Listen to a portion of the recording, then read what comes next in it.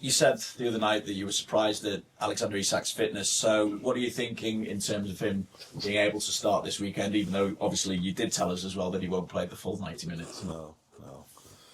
No, and I don't think I tell the media a lot the day before the game how we start the game. So we had recovery yesterday. Actually, we're going to train this afternoon. So first of all, we have to see how they all feel. What I do know is that Alex did feel his body more maybe than ever before after the 60 minutes he played. So let's see how he recovered, how he's recovered today, and then we're going to think about the lineup mainly today, and you will hear it then tomorrow. It's a change to the routine as well because of the game on Wednesday. Obviously training later today because you usually train a bit earlier than that. What's the thinking? That has all to do with the early kickoff on Saturday. That we give them a little bit of extra time to recover, and one of the ways to recover really well is sleep, as we all know. So we had to play this week 3 games, which is something we have to do a lot. But it's not many times that you have to do this in 7 days. So Sunday, Wednesday, Saturday is not a schedule you see a lot. But it is what it is, and we play tomorrow, 12:30 kickoff. Because when Alexander is fully match sharp, obviously Hugo Ekitike came in open play as a number 9 as well. What are you thinking is the best way to fit both of them into the side? Would you ever consider playing both of them together as a strike partnership, or are you thinking Hugo would play more from the left if you're going to play both of them together? Yeah, I consider, of course, because you consider many things, and it depends always on how well they are doing. So if both of them are in the best form of their life, you even consider more of playing them together. But it's also quite clear that we have a certain structure which has mainly been 4-3-3, playing with 3 midfielders. But the amount of time, the end phase of the game, we've played with 2 9s. That has happened quite a lot as well. Hugo can indeed also play from the left, different than Cody or Rio do this.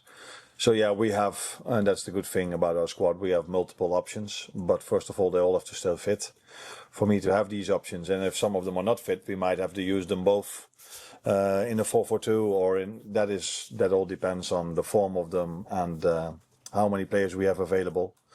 Because I think all of them are fit now, and I think I can choose between 21 players.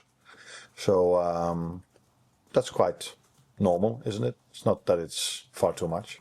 And the Merseyside Derby, how do you see the City rivalry with Everton? How do you compare as well the current Everton with the Everton that you faced last season? No, when we faced them last season, they had a very good spell as well, and it wasn't a spell because they just kept on going with that. And into this season again, also, I think they made some good signings. One of them is, of course, a player on loan that was worth 100 million in the past, not maybe still, but someone paid 100 million for him. And he's doing so well for them, Jack Grealish. So, good team. Indeed, there is rivalry, but what I also liked, and I want to emphasize in this moment maybe on that as well, what they did when Diogo passed away, coming to Anfield, and be there. I think was the captain, and a few, and of course they showed their respect on sports director to sports director and all these kind of things. So. In these moments of times, it's so nice to see that in those tragedies, the rivalry is still there, but the respect towards both is also there. Looking forward to the game tomorrow, because it's every Anfield game is special, but this derby is even more special. Thank you very much. You're welcome.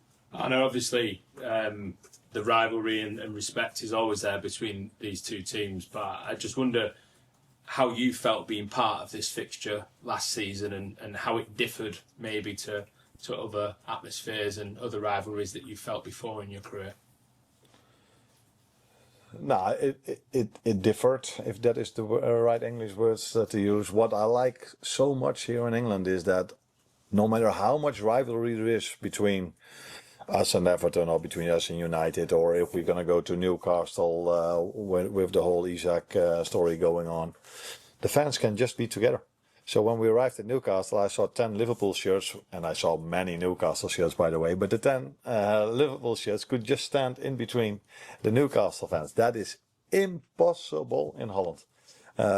So that is something really special what you have over here now, and I hope you can keep this for many years to come. So yes, there's rivalry. Yes, both fans are so passionate for their own teams, but they respect each other as well. And that for me is the main difference, because if Ajax plays against Feyenoord, away fans are not allowed anymore. So that tells you how terrible that situation is. So yes, and it makes it so much nicer if both fans are there. And that's what's going to happen tomorrow, and I hope that this is going to continue for as long as football is played here in England. Obviously, last season it was all first. It was the first Merseyside Derby. It was the first Merseyside Derby at Anfield for you. This time around, it's slightly different. So, have you had a chance to sort of feel the build-up in the city to see how people react to this game? Is it a bit different in that way?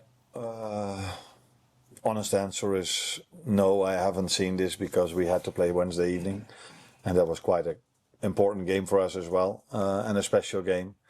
So then yesterday we had some recovery. You go home, watch a few Champions League games, and now I'm sitting here in front of you. So no, you don't feel this because you don't come into the city and feel what is happening. But we all know how special this game is, and the moment we walk into the stadium tomorrow, or when we arrive with the bus, those are the moments you truly feel what it means to the fans.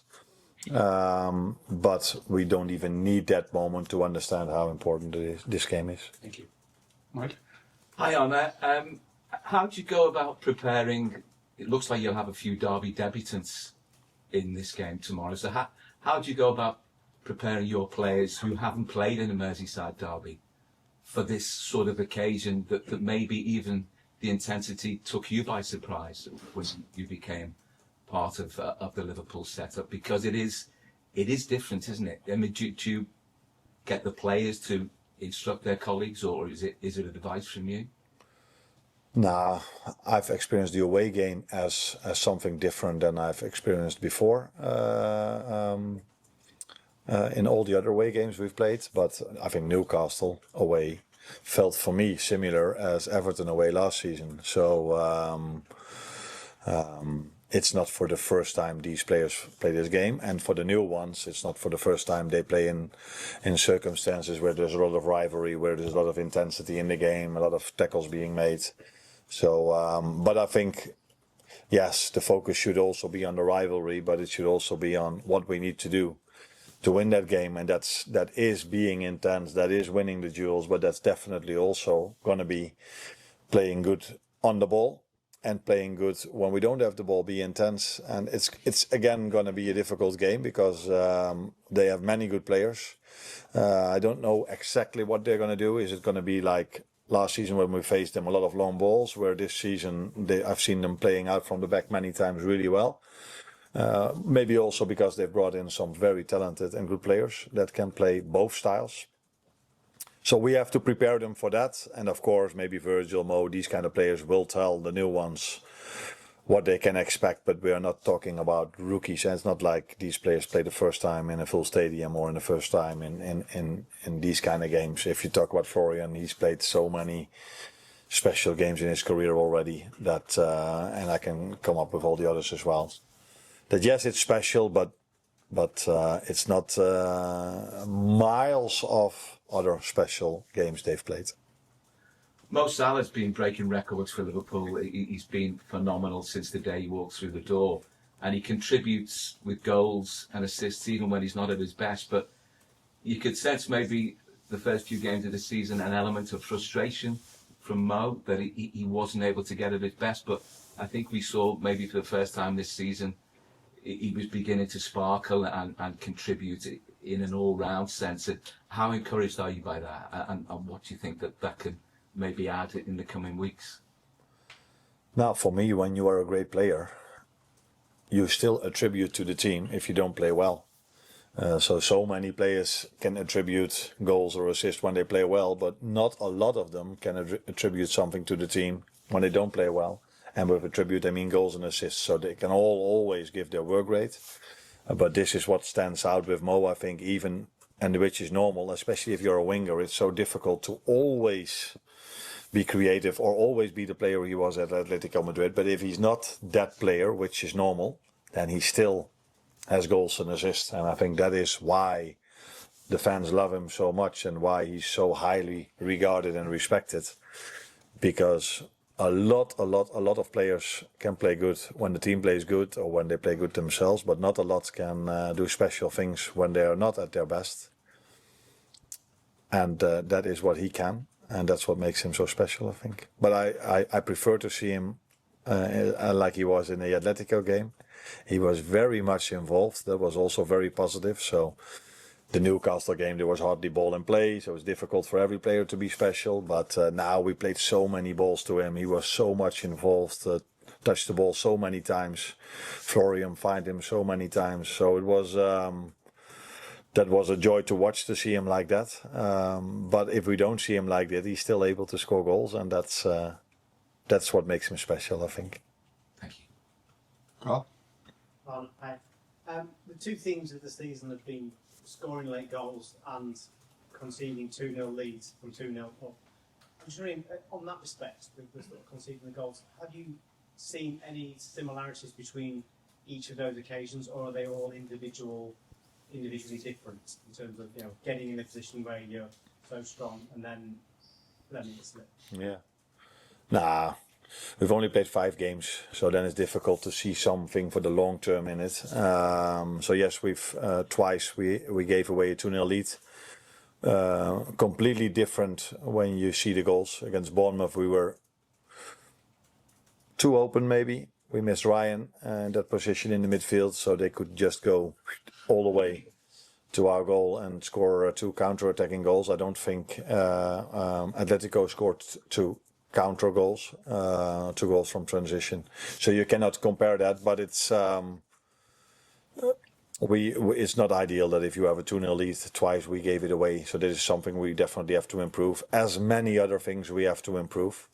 But the positive thing about it is also that then if we feel the urgency again, we're able to score a goal. But this is definitely something we talk about, that a 2-0 lead, because you can run out of energy or run out of steam towards the end of the season if you every game mentally and physically have to go all the way to the end to win a game of football. So it's never a good idea to keep on doing this, but yeah, if we need it, I still hope we can do it. Do you think that when you get to, when you say it gets to and up, there's almost an element of trying to protect themselves or just manage the situation rather than, I mean, obviously you want to go on and score more goals, but at 2-0, is there a risk that I think that it's done? We've sort of... Yeah, that's funny that you say so, because we got criticised a bit that when we were 2-0 up against Bournemouth, we were still attacking with 12 players in the 18-yard box of the other team. So that tells you that we don't back off, we don't go slower, we just keep on going. And I think that's why we always play at 8 o'clock or 9 o'clock for the Champions League and never at 6:45, because everybody wants to look Liverpool, because it's so nice to see them play. They always keep on going. We always keep on going, and they in the past, by the way, as well. With they, I mean Liverpool. And there was the same against Atletico Madrid. We created so many chances against Madrid compared to other games we played this season, that we were not trying to keep the lead. We were trying to make it 3-1 or trying to make it 3-0. And so yeah, maybe we should in some moments be a bit more composed or calm. But I like that mentality that we have. Hi Arne. We spoke last season a few times about how us in the media can be a bit too fixated on results in comparison to performances. But when there are things that aren't quite as they should be, such as the 2-0 leads, do you find it somehow easier to be perhaps critical with your players internally, at least, when the results are still coming? No, I don't think media is too fixed on that. I think everyone in football is, fans, players, we're all fixed on results, because we don't have results, then next week someone else is sitting here. So that's maybe a bit too early. But this is how the industry works, so that's not only the media. But it does definitely help that if you still win games, that you can then also point out things that you have to improve. That 9 out of 10 times works better than when you lose many games of football and you're constantly telling them what they have to improve.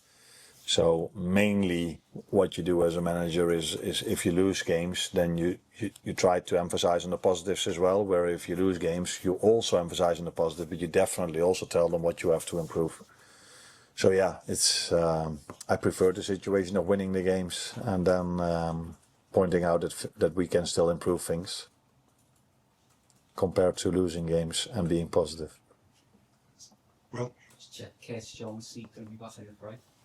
In the Break, in the squad. in the break. In the Break. back and ball. Oh, nice. Is that a Scouse word or English? English. Okay. He's back in the fray. Fray? In the squad, I would say.